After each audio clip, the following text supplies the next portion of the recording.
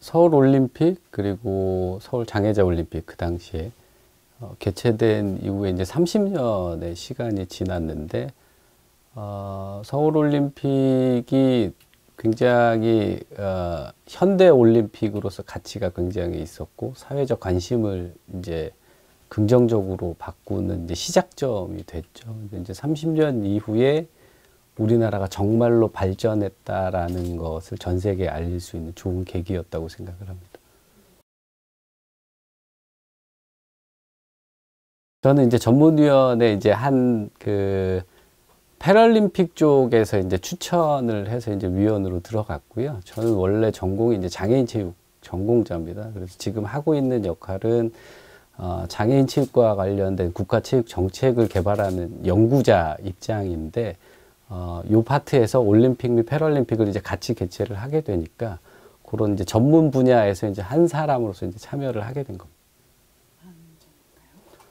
자원봉사 전문위원회는 그러니까 그동안에 이제 국제대회를 하게 되면 자원봉사자에 대해서 굉장히 강조를 많이 했습니다. 근데 이제 요거를 이번 평창대회를 준비를 하면서 시스템적으로 좀 관리를 해보자.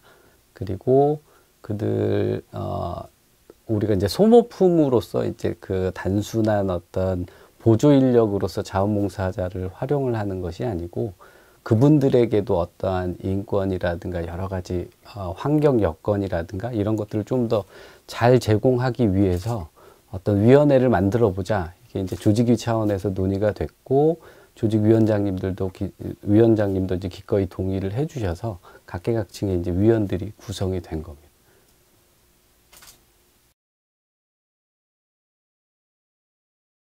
근데 국제대회에서 이제 자원봉사자의 역할이 굉장히 커지고 있거든요. 근데 이번 평창대회는 특히나 더 그게 이제, 밖으로 드러나는 굉장히 중요한, 전환점이지 않을까라는 생각이 드는 게 시작점부터 자원봉사자들이 이미 눈에 보였었고요.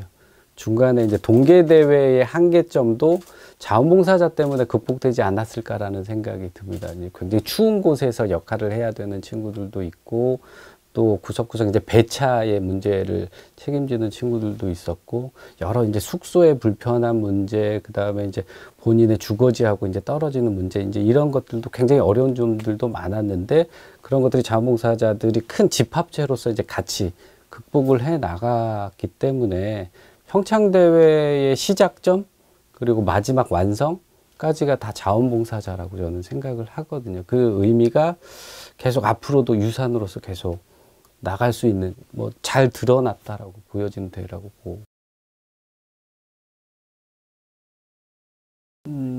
우리가 그동안의 올림픽의 유산은 이제 유형자산하고 무형자산하고 보통 많이 얘기를 하거든요. 근데 자원봉사자는 두 가지가 다 있는 것 같아요.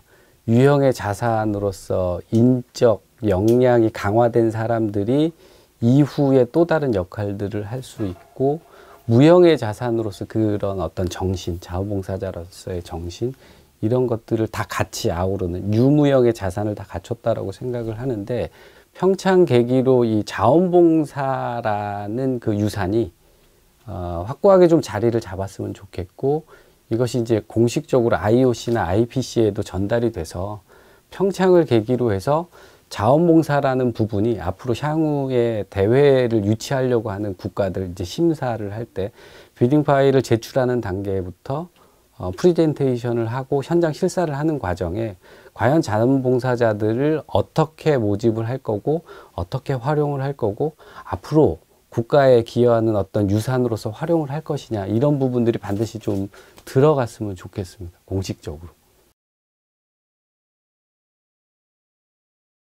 전공 영역이 이쪽이었기 때문에 자원봉사를 하는 거다. 중간에 그런 생각도 한 적이 있습니다. 근데 시간이 더 지나 보니까 전공이 아니어도 어느 우연한 기회에 제가 자원봉사를 했었다 그러면 아마 계속적으로 즐기면서 했었을 것 같고요. 그런 얘기 있잖아요. 자원봉사를 안 해본 사람은 있는데 한 번만 해본 사람은 또 없어요. 예. 그래서 한번 해보면 그 매력에 또 빠지는 것 같고요. 그게 나 혼자만으로는 안 되는 것 같고, 주변에 굉장히 긍정적인 생각들을 가지신 분들을 자원봉사 그 활동 상황에서는 되게 많이 만나게 되거든요. 그럼 그분들 때문에 또 자기가 또 스스로 변하는 거, 발전하는 것도 보게 되고, 그 뭐 하여튼 매력, 마법, 뭐 이런 것들이 좀 있는 것 같습니다.